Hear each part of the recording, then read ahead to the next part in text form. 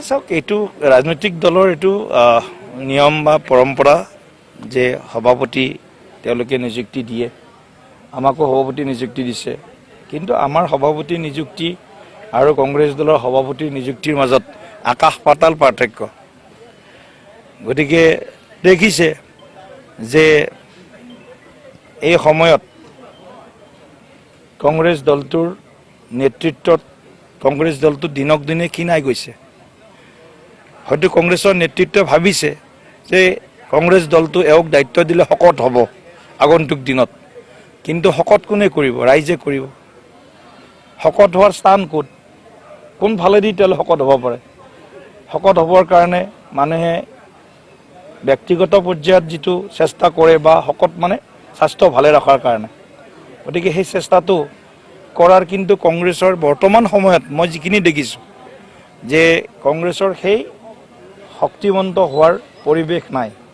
কংগ্ৰেছৰ বিভিন্ন ধৰণৰ যি ৰাজনৈতিক তেওঁলোকৰ স্থিতি আৰু নীতি, অসমৰ বিৰুদ্ধে তেওঁলোকে সদায় যিটো স্থিতি লৈছে, অসমৰ স্বাৰ্থৰ বিৰুদ্ধে তেওঁলোকে যিবিলাক কাম কৰিছে, এই যে বাংলাদেশী অবৈধ বিদেশীৰ কথাটো তেওঁলোকে যদি ৰঙা দলিচা পাৰি নিদিলেহেঁতেন, আজি আপোনালোক গৰুখুটিৰ ওচৰত থাকে, গৰুখুটিত আজি হাজাৰ হাজাৰ লোকে হয়তো ইয়াত আমাৰ অসমৰ খিলঞ্জীয়া মানুহৰ পামৰ মাটিখিনি তেওঁলোকে হয়তো বসবাস কৰাৰ কাৰণে সুযোগ সুবিধা নাপালেহেঁতেন, ভোটাৰ লিষ্টত হয়তো তেওঁলোকৰ নাম নোলালেহেঁতেন। গতিকে তেওঁলোকে বিভিন্ন ধৰণে বাংলাদেশীক বৰপীৰা পাৰি দিছিল।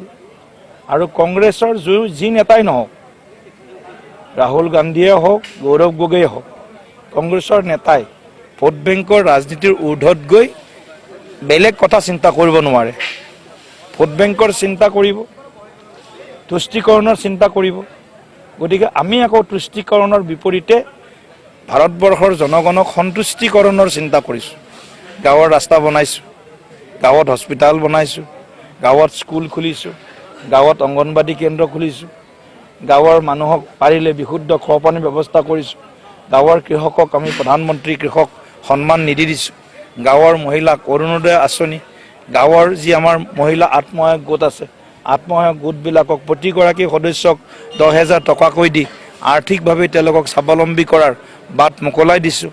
আমি গাঁৱৰ ৰাইজক আৱাস গৃহৰ জৰিয়তে দুখীয়া মানুহে যাতে এটা পকী ঘৰৰ তলত থাকিব পাৰে তাৰ ব্যৱস্থা কৰি দিছোঁ।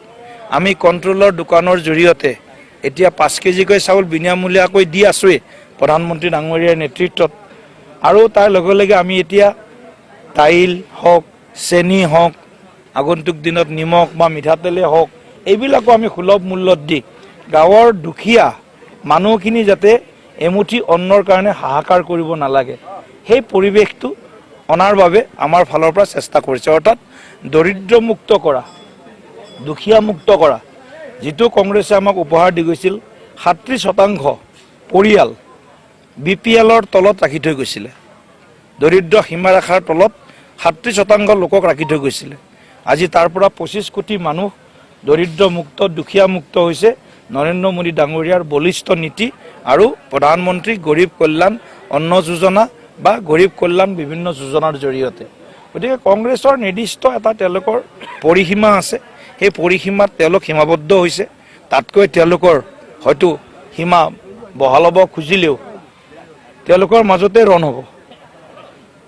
আৰু সীমা বহলোৱা বেলেগ মানুহ নাই, সীমা বহলোৱা জাগাৰ একেখিনি মানুহে ক'ৰবাত কোনোবাই নিজৰ সীমা বহলাব, ক'ৰবাত কোনোবাই নিজৰ সীমা সংকুচিত কৰিব, এইখিনিয়ে আছে, তাতকৈ আৰু বেলেগ নাই। গতিকে গৌৰৱ গগৈ ডাঙৰীয়াক আমি শুভেচ্ছা জ্ঞাপন কৰিছোঁ। তেখেতৰ নেতৃত্বত কংগ্ৰেছ দলে আগবাঢ়ি যাওক, এইটো আমি আশা কৰিম। আৰু তাৰ লগে লগে বাকীসকলৰ অৱস্থা, এতিয়া প্ৰদ্যুৎ বড়োলৈ বা মনে মনে কি ভাবি আছে, ভূপেন বৰা ডাঙৰীয়াই বা মনে মনে কি ভাবি আছিলে, অন্য নেতাসকলে ৰকিবুল হুছেইন ডাঙৰীয়াই কি চিন্তা কৰি আছিলে, এইবিলাক কথাও কংগ্ৰেছৰ হয়তো কাৰ্যকৰ্তাৰ ভিতৰত সোমাই আছে। আমাৰ বিজেপিৰ মনত নাই, সেইটো কংগ্ৰেছ দলৰ নেতাসকলৰ কাৰ্যকৰ্তাসকলৰ মনত সোমাই আছে। গতিকে এইবিলাক কথাৰ চিন্তা কংগ্ৰেছ দলে কৰিব।